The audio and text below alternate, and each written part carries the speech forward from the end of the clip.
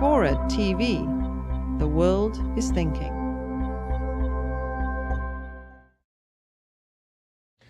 Shifting continents a little bit, in terms of human rights, why do you say in your book that you think China is moving in the right direction? No, I'm ambivalent on China. I'd say that for every 3 steps forward, there are 2 steps backward in China.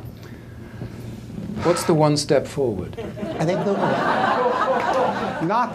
not something coming from the regime. What I would rather say is that within the citizenry in China, there seems to be a greater willingness to espouse rights than there has been in the past. I'm really very much an admirer of a lot of Chinese journalists. It seems to me that they are constantly engaged in struggles to expand the range of issues they cover and to go into greater depth in the issues that they cover. I've attended meetings of Chinese editors in which they talk about having to remain at their desks until 11 o'clock at night because they have to argue with the propaganda ministry about what is going to appear in the next morning's newspaper. But they do argue. And my impression of the Chinese journalists is they don't go like that against the regime. They go, they look for byways.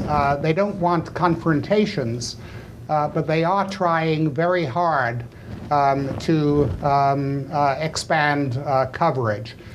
So whether it's something like the poor construction in Sichuan, which led to the collapse of the schools at the time of the earthquake, or if you go back, a number of years to the appearance of the SARS epidemic and the role of the press in China in ferreting out the SARS epidemic and making it known and forcing the Chinese government to acknowledge the SARS epidemic, and that way preventing it from becoming a worldwide plague.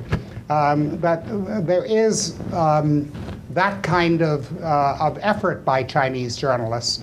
And so whether rights are protected is not only a function of the regime, it also is, to a very large extent, the question of the assertion of rights. And my impression is that Chinese journalists in particular are in the forefront of trying to assert rights.